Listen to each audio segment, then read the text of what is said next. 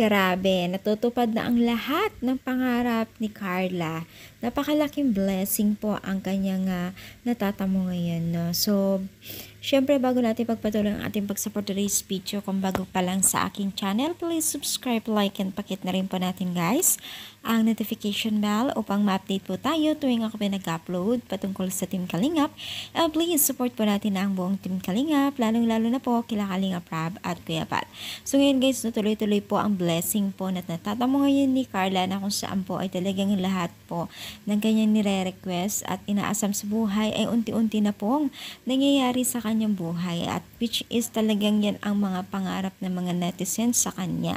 Sobrang proud po ang mga netizens dahil kahit paano po itong si Carla maging mahihain man ay talagang nagpupursigi sa buhay niya.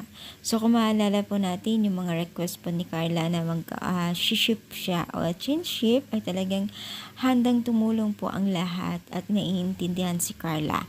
So may ilan din na nagsasabing hindi maganda sa kanya, pero mas karamihan pa rin po ang mga positibong komento kay Carla. Kaya naman po mas malakas po ang loob ni Carla dahil marami pong sumusubaybay, especially po si Team Kalingap, lalong-lalo na rin po kay Jomar. Sobrang dami po ang humahanga po sa kanya dahil po siya pong panganay at nagsisilbing swerte sa kanilang pamilya, which is talagang napakalaking instrumento or napakagandang gayahin itong si Carla sa mga kabataan pa na next generation, di ba?